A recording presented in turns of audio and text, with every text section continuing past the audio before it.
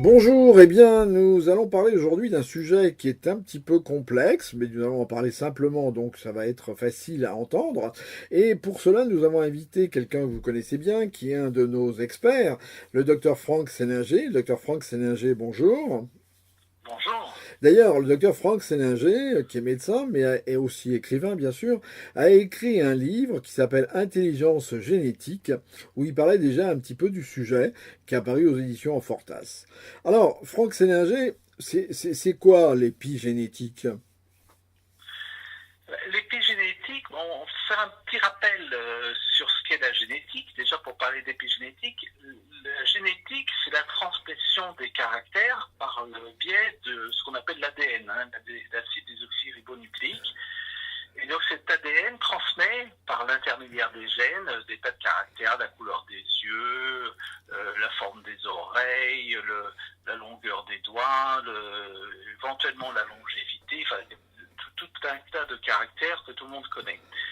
Et à côté de ça, il y a une branche tout à fait moderne de la génétique, c'est connu depuis pas très longtemps, une quinzaine, vingtaine d'années, pas plus, qui est l'épigénétique, qui vient moduler l'expression des gènes. C'est-à-dire que les gènes existent, mais ils ne vont pas s'exprimer forcément, tous nos gènes ne s'expriment pas. Donc, il y a des insectes qui ont bien plus de chromosomes que nous, et pourtant, ils sont moins développés, ce qui veut dire qu'il y a beaucoup de gènes qui ne s'expriment pas. Alors là, Et j'ai du mal, j'ai l'épigénétique, du c'est mal. l'expression des gènes. Alors j'ai du mal à vous comprendre là, excusez-moi. J'avais appris que moi, nous avions un capital génétique qui était acquis depuis de nombreuses années, depuis que nos ancêtres sont cueilleurs, chasseurs, pêcheurs, que sais-je, et que à la limite, ça c'était acquis, c'était définitif, qu'on pouvait pas revenir dessus. Et vous êtes en train de me dire, bah rien n'est acquis. Alors, les caractères structuraux, tous les hommes ont deux bras, deux jambes, sont constitués à peu près de la même façon. Après, par exemple, j'ai donné un exemple, c'est plus facile de suivre. Par exemple, on a montré que dans les pays scandinaves, les personnes qui étaient issues de parents qui avaient été dans des camps de concentration avaient des troubles du comportement alimentaire. Alors ça peut se comprendre parce que la famille était choquée. Ce qui est plus difficile à comprendre, c'est que les petits-enfants qui n'ont pas connu leurs grands-parents ont eux-mêmes des troubles du comportement alimentaire qui s'est développé. Ce qui veut dire que et qui ne s'est pas passé par un apprentissage, c'est pas passé par l'exemple, c'est quelque chose qui est passé qu'on appelle l'épigénétique et qui est venu moduler le comportement alimentaire de ces petits-enfants. Je vais vous donner un autre exemple plus facile à comprendre. Vous avez à Madagascar une fleur qui a un calice, qui est la partie centrale de la fleur, qui fait plus d'un mètre de long. Et donc, il y a un entomologiste qui s'est dit, si ça fait un mètre de long, plus d'un mètre, c'est qu'il doit y avoir son insecte pollinisateur, une mouche, qui doit avoir une trompe pour venir la polliniser de plus d'un mètre. Et on a trouvé effectivement une mouche qui a une trompe de plus d'un mètre. Et la fleur développe peu à peu la trompe pour que la mouche s'engage plus profondément dans son calice pour être mieux fertilisée, et tandis que la mouche, elle, développe sa trompe pour ne pas rentrer profondément dans ce calice et pas être la proie des autres prédateurs. Et ça, c'est l'épigénétique, c'est-à-dire que la longueur de la trompe est définie génétiquement, la longueur du calice chez la fleur est génétiquement programmée, mais pas la taille. C'est-à-dire que l'épigénétique va venir moduler la longueur en fonction de ce qui se passe. Alors vous êtes en train de me dire, Freud avait tort, quoi. Rien n'est acquis, tout est Freud en ne connaissait devenir. pas l'épigénétique, mais c'est vrai que par exemple, dans la dépression, nous sommes médecins, on a tous eu des personnes déprimées qui ont des enfants qui sont plus sensibles à la dépression et voire des petits-enfants qui sont plus sensibles à la dépression. Et ça passe pas forcément par l'apprentissage ou non plus par l'exemple, parce que parfois les petits-enfants n'ont pas connu leurs grands-parents. Et il y a quelque chose qui est passé. Alors l'épigénétique, c'est pas acquis pour des générations, c'est différent d'une mutation. La mutation génétique, c'est la transformation de l'ADN et qui va se répercuter de génération en génération. Par exemple, le fait de pouvoir rouler sa langue, savez, qu'on met la langue en rond, comme ça, c'est un caractère génétique dominant. Si on ne sait pas le faire, les enfants ne sauront pas le faire. Et ça, comme c'est dominant, ça va se transmettre de génération en génération. Les caractères épigénétiques, eux, s'épuisent avec le temps. C'est-à-dire que la dépression, au bout d'un certain nombre de générations, la personne sera plus déprimée. Parce que c'est pas passé dans les chromosomes. D'accord. Vous êtes en train de nous dire, si un enfant boit, ça peut être parce que ses parents lui ont transmis le gène plaisir de l'alcool, en quelque sorte. Ou du moins, Alors, c'est pas vraiment le gène, on parle d'empreinte en épigénétique, c'est parce qu'il y a effectivement des gènes d'un peu d'addiction à l'alcool ou à d'autres substances, il y a des personnes qui sont plus sensibles, même génétiquement, mais si un enfant boit, il a pu avoir un grand-parent qui buvait, qui a passé une empreinte génétique où il est porté vers l'alcool.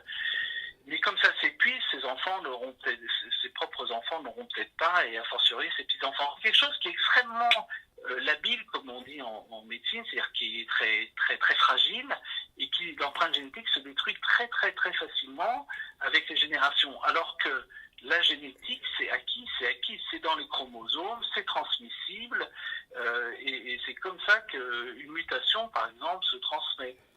alors donc vous êtes en train de nous dire que, en fait, même si on a eu un grand-père qui boit, on peut arriver à lutter contre et à ne pas transmettre cette addiction. Oui, ça va s'épuiser avec le temps. Les enfants n'auront pas forcément, effectivement, comme dans un caractère héréditaire, l'addiction à l'alcool.